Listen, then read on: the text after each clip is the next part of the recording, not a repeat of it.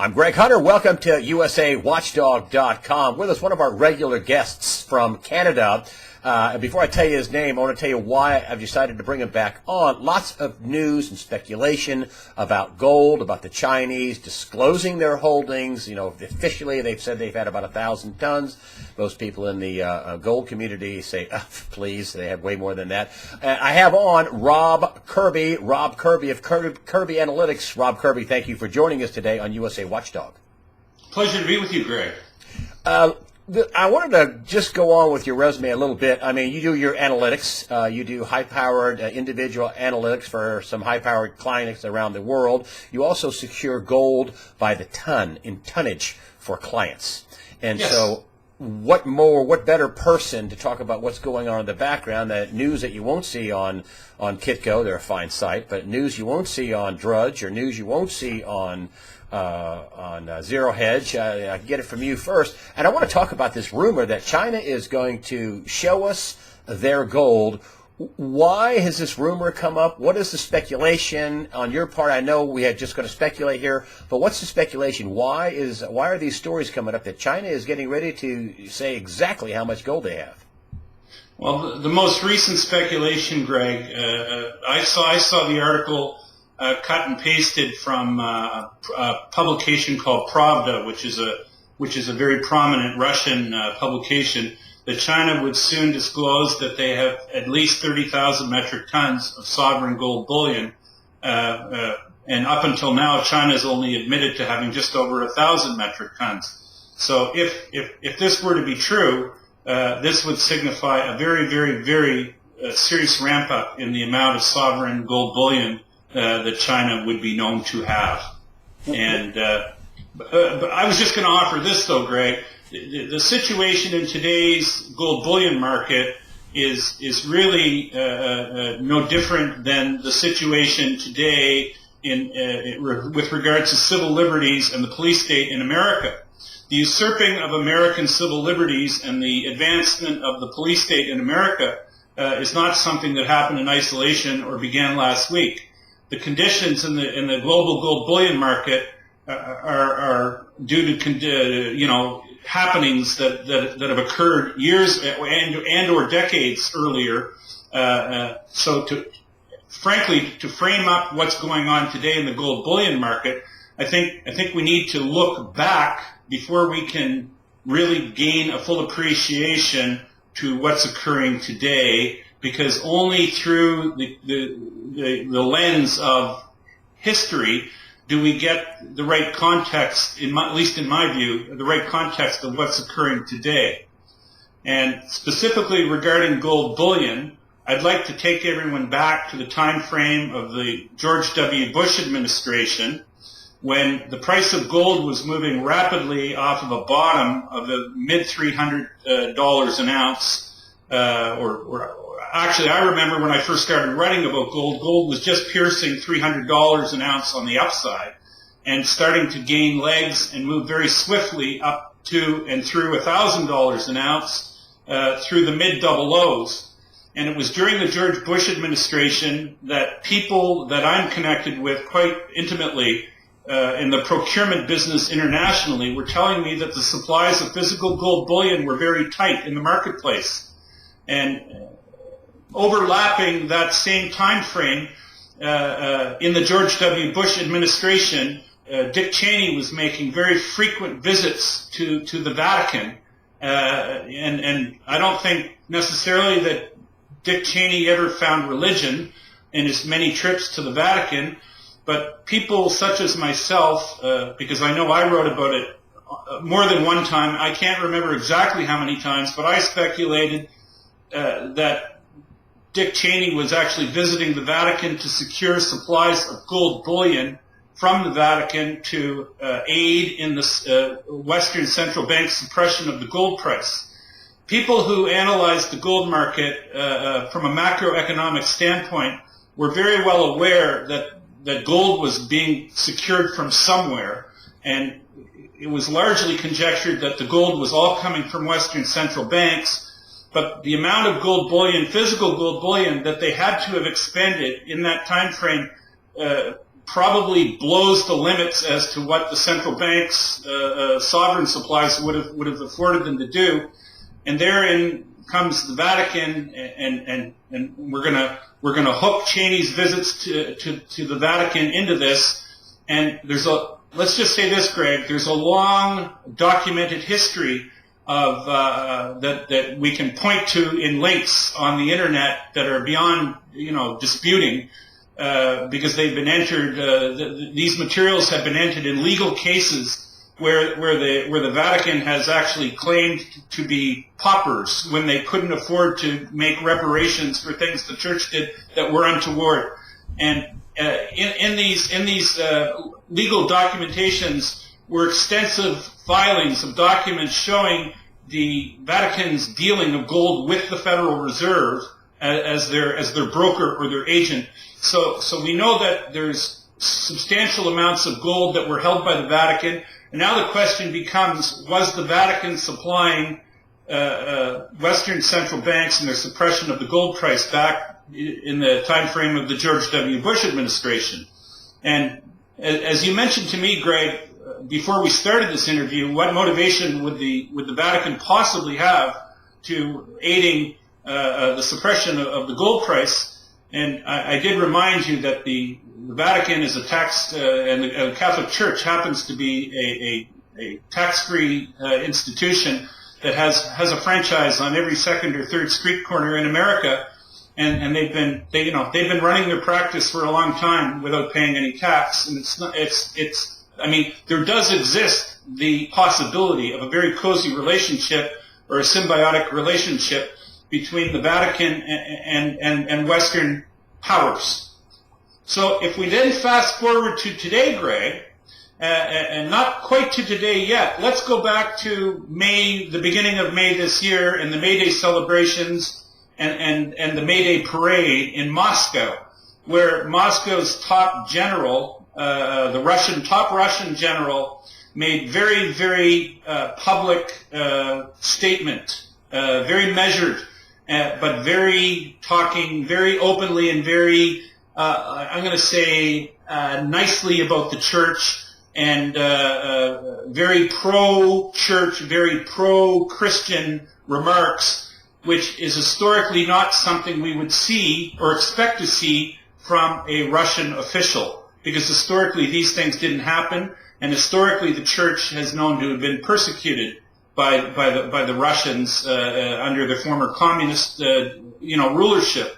So let's just say that the Russians are starting to look like they're becoming, or finding religion and becoming very pro-church, at the same time as America is becoming very balkanized and very, let's just say, pro-fascist or fascist-oriented, as per the harvesting of civil liberties in America, as per the erection of a very large police state apparatus in America. And isn't it interesting also that it's seeming to me, the way I connect dots, Greg, in response, I would hazard to guess, to Russia's favorable comments towards the church and religion at the beginning of May, just last week, we saw the Vatican recognize Palestine as a state, officially recognizing them as the Palestinian state. I don't feel that these events are unconnected. I don't believe in coincidences. I believe that everything happens for a reason, and I believe a lot of these things, particularly as they relate to gold and the shenanigans that go on in our global capital markets, they're all connected, Greg. I believe the Vatican is quite possibly pivoting east, and if the Vatican is pivoting east, it could very well mean, and likely means, that their support in the rigging of the gold price, that support might be waning, if not having been pulled altogether. You said in a past interview, and I want to harken back to this, that and a lot of people have been totally dumbfounded by how long this price suppression game has gone on. And I asked you a simple question: when will the price go up? And your retort was immediate, and it was when China doesn't get any more of its gold. When they stop getting gold, that's when the price is going to go up. Are we at the point where China is not getting any more gold, and then therefore they're going to say, okay, now we want the price to go up, so here's how much we have. What do you have? I think that it could be the moment. We could be fast approaching the moment, Greg, when the tide is going to turn and go out, and we're going to find out who's wearing a bathing suit. And I think that time is very fast approaching if it isn't here already. And I think that there is something more to this seemingly innocuous comment from the Vatican that they gave official recognition of Palestine, giving them statehood status. I think there's something absolutely more to this than the mainstream will admit or will cover or will ever allow anyone to speak about on their airwaves. What about Kerry over having this meeting in Russia? I mean, all the nasty comments, all the sanctions, and all of a sudden, he's got to fly to Russia to meet Vladimir Putin in Sochi. Now, I don't know what's going on. Do you think this is all interconnected? I mean, is Kerry trying to plead with Putin not to drop the hammer?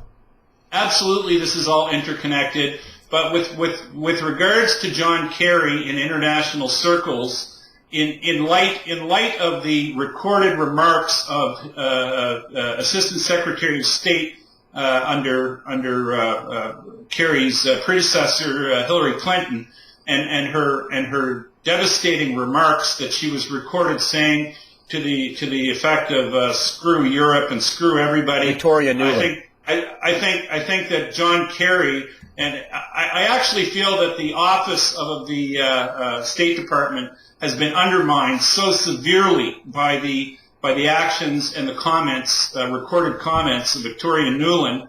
I think John Kerry's become somewhat of a clown show and a sideshow. So, what do you think he was pleading? Really takes him seriously at all. What do you think he was? And this is speculation because we don't know. And I don't want to pass off speculation as proven fact. But what do you think that Kerry would be talking about? Some people said, well, a meaningful ceasefire in Ukraine. Well, yeah, which isn't happening. But what else do you think? He couldn't be just talking about that. They could just pick up the phone. I think increasingly, Greg, the West is trying to finesse a very, very bad card hand. And I think what they're doing is when you know you're playing a very weak hand or a very weakened hand or compromised hand, your bluffs are going to become or your bumps or your bets are going to become less aggressive, and you're going to adopt more of a defensive posture and more of a maybe possibly a pleading, and maybe it might get to a begging posture at some point in time. What do you think? Let's move forward to. What do you think they're begging? What is he begging? What did he go there in person? I mean, this is basically the number 2 guy for foreign policy. The president's number 1, not the vice president. The number 2 guy is the Secretary of State, or number 2 person. But what do you think he was going there to ask for? Obviously, he was asking for something. What do you think it is?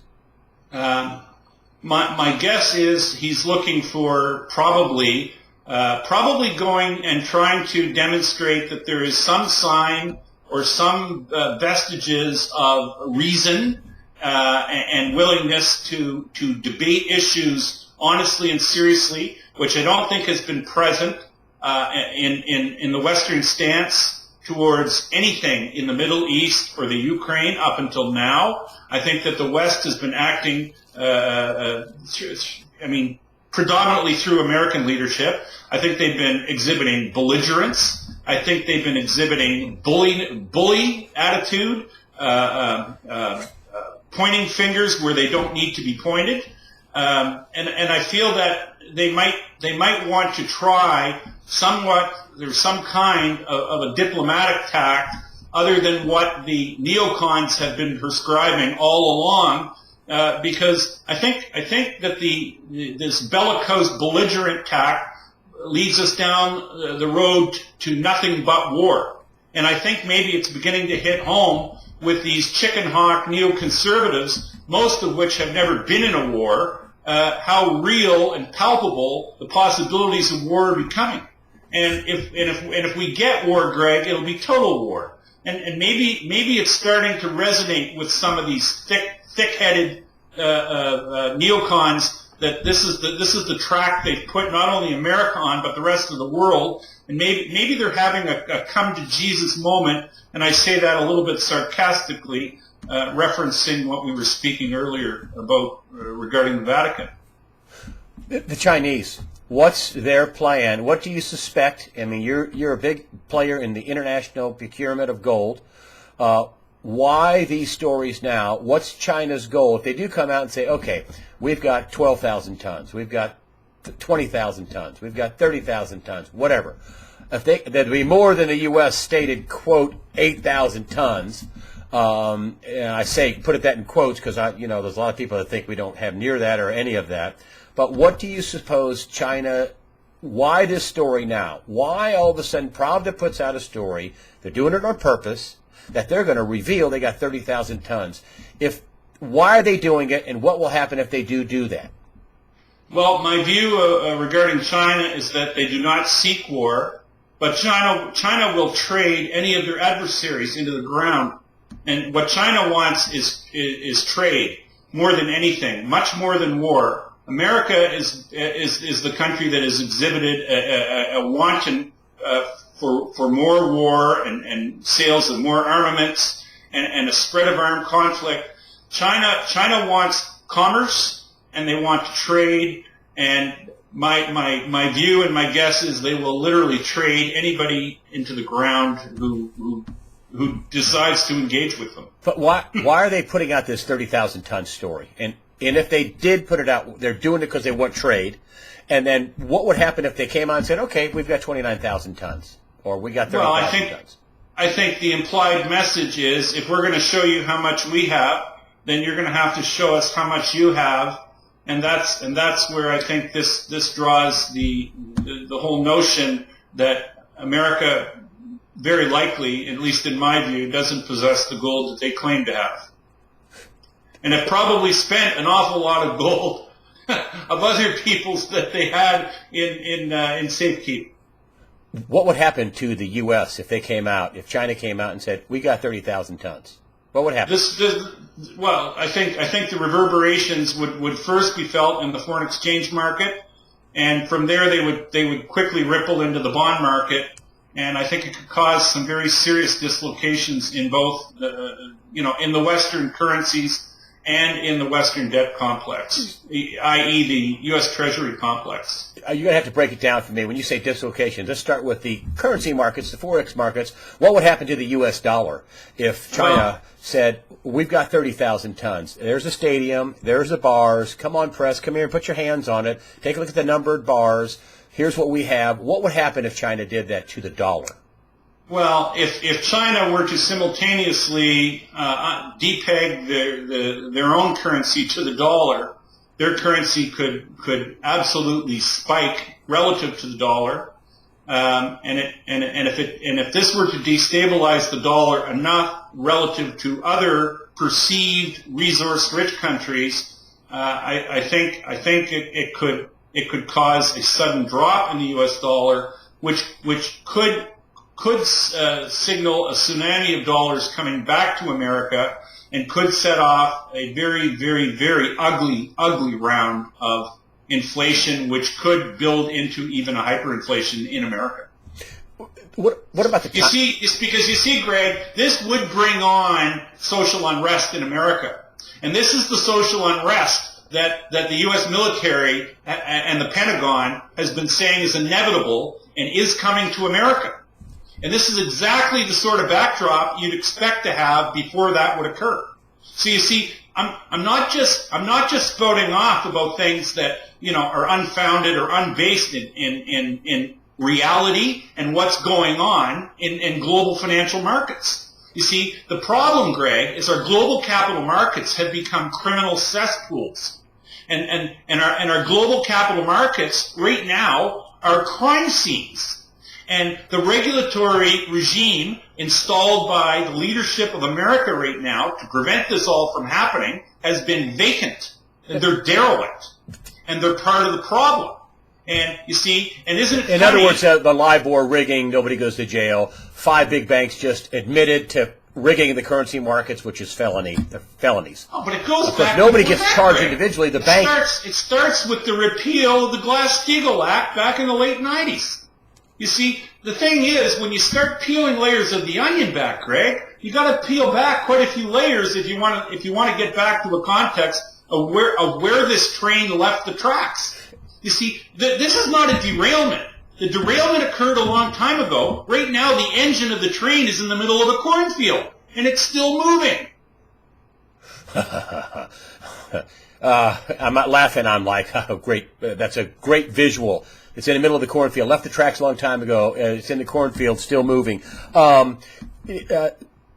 A part of this tells me there's two sides to this whole militarization deal, and one of it is, oh my gosh, they're taking our civil liberties. Yes, they are, and they're militarizing the police. Yes, and then the other side of it is, I guess it would be reckless for them to know this is coming, and they know it's going to blow up. They have to. Of course, they caused it. And the powers that be, they know it's going to blow up, and they have to make plans. Am I wrong? No, you're absolutely right. You see, Greg, when you choose a profession of robbing banks for a living, you know, somewhere in the back of your head, you must have imagined the day you get caught, because you know this sort of activity is not tolerated in nature forever. And this is where we're really at. And this has been the big conundrum that the masses don't want to address. This is what our media, this is what Brian Williams doesn't want to or didn't want to address. And this is why the American media has become a laughingstock, because they're all bought and paid for, and they're all singing off of the administration hymn sheet. And the administration, not just this administration, the last 2 or 3 or 4 administrations, you know, have been rotten beyond belief, and they've all been complicit in where we are today. A lot of people think that this is all tied together with this fall. I mean, there are a lot of folks, a lot of analysts, whether it's biblical, from Jonathan Cahn, thinks this fall is going to be a judgment, a shaking of America. Other people, David Morgan, I've had other people on, Martin Armstrong, who I've had on, who says this fall we're going to have the mother of all, you know, disasters, crashes, whatever you want to call it, dislocations. You know, it's going to have a period where a lot of people lose a lot of money is what we're going to have. And possibly a period of war to go right along with it. Do you think it happens this fall? Is that what your timing is? Listen, Greg, it wouldn't have shocked me if it had happened last fall. But the only thing I can say empirically that is occurring is we've been kicking a can down a road for a long time. And when you kick cans down roads, one thing we know about roads, none of them go forever. And there comes a point where you run out of road to kick the can on. And, you know, and that's assuming, of course, Greg, nobody steps in and takes the can away completely. So, you know, let's just say every day we get a day closer to when there's no more road to kick the can on. But picking a date is foolhardy. This fall with the the China, they say that China wants to get involved with at the very least wants to be a part of the special drawing rights currency, the SDR, I believe that's what it is, special drawing rights, and they want to show their gold and say, we want to be a big part of this. We want to have a reserve currency, and a lot of people are pointing to this fall, including Christine Lagarde at the IMF has pointed to this fall, has been saying we're going to have a reset. I mean, official people have been saying we're going to have a reset. What say you? Well, my view about China regarding an SDR, if China, and I know that there are some very highly touted people who claim that China wants to become a part of the SDR system, I would put a caveat on that statement saying, if China has any interest in legitimately being a part of any SDR scheme, it is only so that they can take the system down from the inside rather than doing it from the outside. But I don't think China wants to get mixed up in being benchmates with the criminal cabal that currently runs the global financial system. I think they're sickened by it. I know that they're sickened by it. through my research and through the contacts I have in the global financial marketplace. And the last thing in the world, in my view, is that they want to be active participants on an ongoing basis in this inherently unstable, diabolically criminal system that we currently have. You're saying they want the system to come to an end as we know it. Yes. And any actions that they show to becoming part of it will just be so that they can more or less perform an engineered implosion a la 9/11 and do it from the inside as opposed to trying to do it from the outside. What happens to Americans? What happens to people holding dollars here in America? I mean, some people ask me who they say, what should poor people do? I don't have enough money to buy silver or gold or silver. What should Americans do? What does it look like to the man on the street, first of all? What does it look like? What's going to happen to the man on the street? People who have their net worths solely in financial instruments, paper instruments, are going to witness at some point an extreme reduction in standard of living. And that is a fait accompli, and that will happen. Like I say, Greg, I don't know what day that's going to happen, but that is a guaranteed outcome from where we are today and the trajectory we are on right now. Does that mean that, I've said this before, a gallon of gas is, $17.50 and a loaf of bread is $30? I mean, is that what we're talking about? It could mean that, Greg, and it could mean worse. And you think this is going to be the underpinning as to why we have this social unrest? People who get an EBT card, or maybe they won't get it electronically, or if they do get it, it won't buy them much. You're saying that it's going to be Baltimore and Ferguson, all over America. Yes. And authorities are preparing for it, Greg. And they're freaking out about it. Yes. Yes. Which is why we're hearing such outlandish things, Greg, as banning cash, which is why we're hearing outlandish executive orders that give the president the ability to snatch and grab people off the streets and put them in indefinite detention. These are the equivalent of the enabling laws that Hitler passed before he went on his rampage in the 40s. He passed a pile of laws that said basically everything I do is legal. These are the same type of actions we are seeing today being passed by the Obama administration. And if you think that they're doing these because they think things are going to get better in the near future, think again and share with me, please, some of what you're smoking. Well, with that, Rob Kirby, that semi-jovial moment, but it's sobering. I mean, it's not really anything. People are going to be wiped out. I mean, this is what the FEMA camps are for. Oh, you want some food? You need to go to this camp down the road here. We'll give you some food and a nice place to sleep. Is that what you're telling me? Unfortunately, I think that's where we're headed, Greg. Rob Kirby, Kirby Analytics, thank you for on short notice for coming on, because I saw this China thing and I had a hole in my schedule for some reason, and I wanted you to come on and talk about the gold and then revealing this gold. And you think when they reveal the gold in China, last question, the day they come out and say, here's how much we have, we've put it out with pallets in the middle of this football stadium with 5,000 Chinese troops and tanks and aircraft around it, and we're going to invite the press to come over and look at it. The day that happens, what happens to the U.S. dollar? Well, I think the day that China actually acknowledges, or if they acknowledge that their holdings are that big, you might want to equate that to standing on a beach and watching the water recede before a tsunami occurs. I think the implications could be that large. For the U.S.? Yes, and for much of the Western world. Rob Kirby, Kirby Analytics, thank you very much for joining us today on USAWatchdog.com. Pleasure being with you, Greg.